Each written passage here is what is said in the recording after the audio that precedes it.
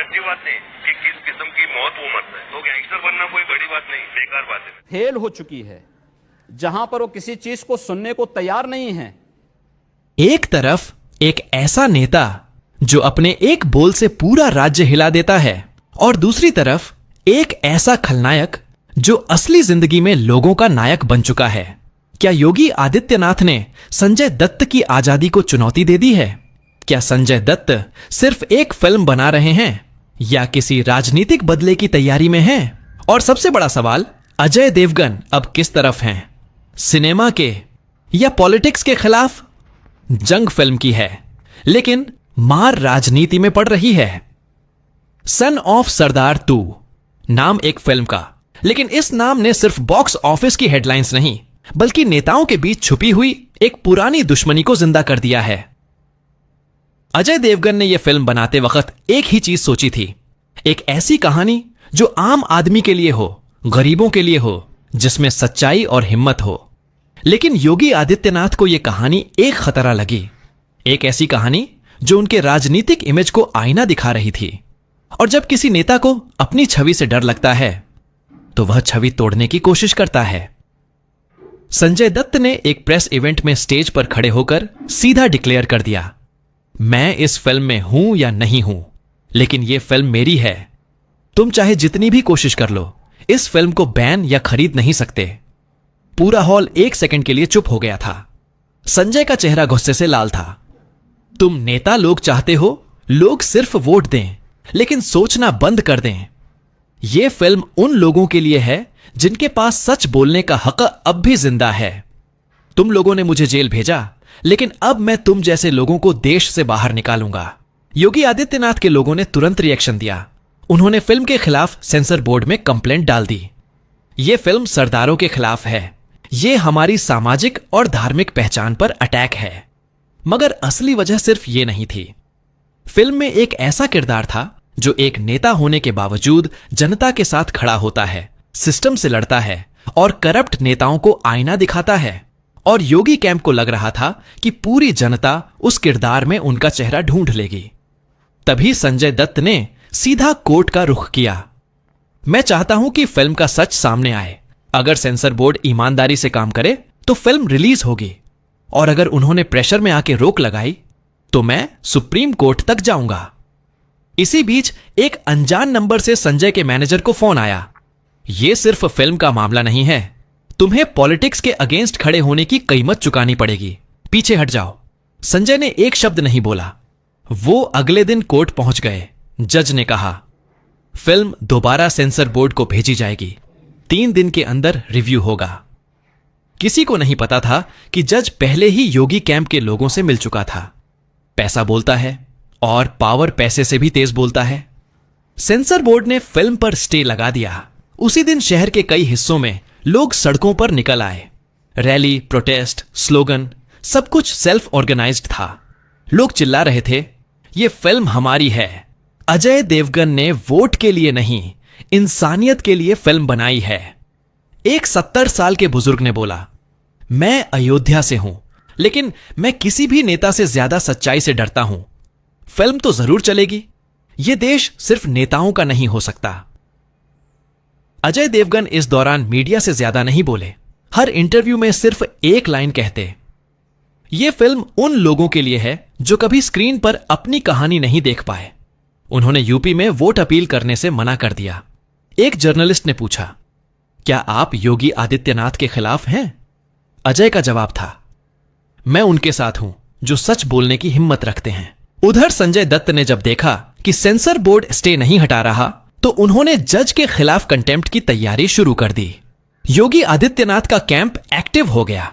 एक media clip viral हुई जिसमें योगी के क्लोज एड ने कहा, तुम वकील के पास जाओगे? वकील तो हमारे कुत्ते हैं, खरीदे हुए लोग हैं। यह हमारी इज्जत का सवाल है, हम किसी की भी नहीं सुनते। जब संजय दत्त कोर्ट से निकले, उनका फोन लगातार बज रहा था। हर तरफ से प्रेशर, धमकियां और ब्लैकमेल चल रहा था। लेकिन संजय ने सिर्फ एक काम किया, जज के सामने डायरेक्टली एक रिटन एफिडेविट दिया। एफिडेविट में उन्होंने लिखा, मैं किसी राजनीतिक दबाव में नहीं हूं, यह फिल्म जनता के लिए है और मैं इसके लिए लड़ूंगा। तभी एक शॉकिंग खबर आई। फिल्म के सेट पर कुछ मास्क पहने लोग घुस आए थे, जिन्होंने असिस्टेंट डायरेक्टर वो अस्पताल में क्रिटिकल कंडीशन में था। सीसीटीवी फुटेज गायब, पुलिस भी चुप। अजय देवगन ने कोई प्रेस कॉन्फ्रेंस नहीं की, सिर्फ एक ट्वीट किया। सन्नाटा। कभी कभी सबसे बड़ा सवाल होता है। संजय दत्त ने सिक्योरिटी लेने से मना कर दिया। उन्होंने कहा, जेल देख चुका हूं, डर कैसा, मैं सिर्फ सच के साथ जीता हूं। यह कहानी यहीं खत्म नहीं होती। To be continued.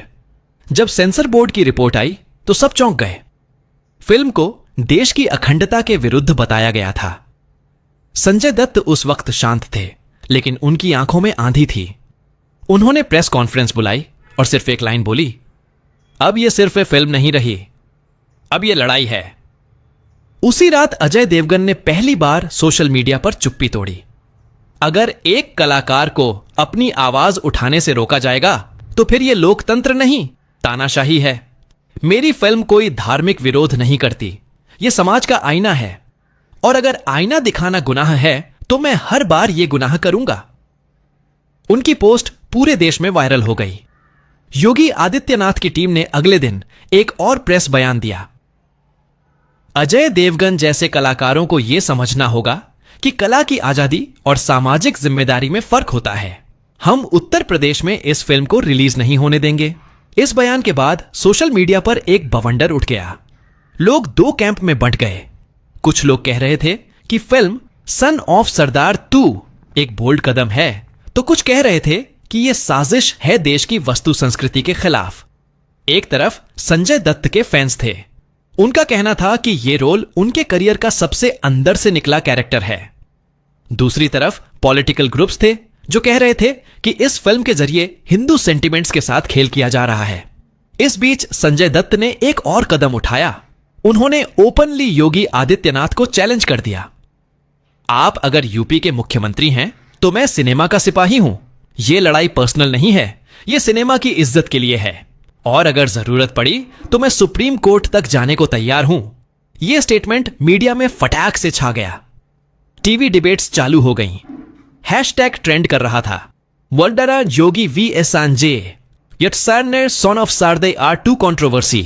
Sanjay Dutt के फैंस ने दिल्ली, मुंबई, हैदराबाद, बेंगलोर में मार्च निकाले। उनके हाथों में पोस्टर्स थे, हम संजू बाबा के साथ हैं, यह फिल्म रिलीज होकर रहेगी।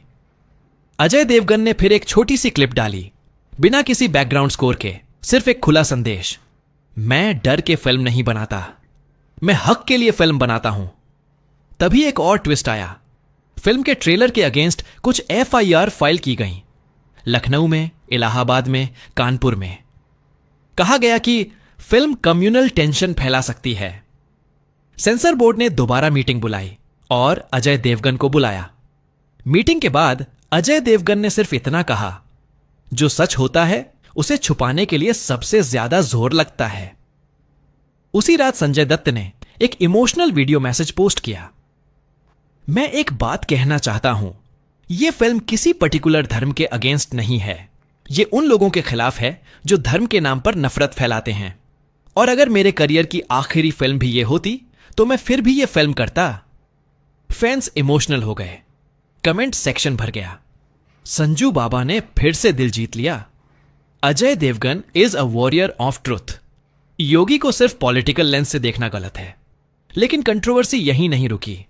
योगी आदित्यनाथ के एक क्लोजेड ने कहा, इस फिल्म का स्क्रीन प्ले किसी फॉरेन NGO के इन्फ्लुएंस में लिखा गया है।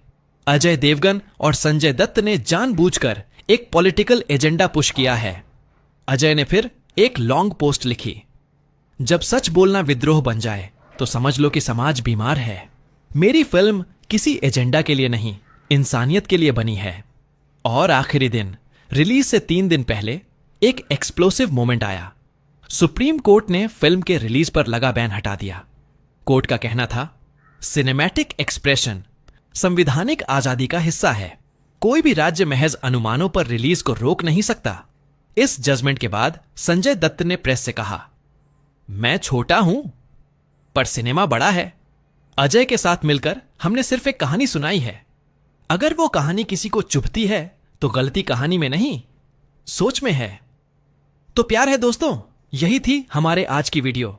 अगर पसंद आई तो लाइक कर दीजिए और ऐसे ही अपडेट के लिए चैनल को सब्सक्राइब कर दीजिए और जुड़े रहिए चैनल के साथ।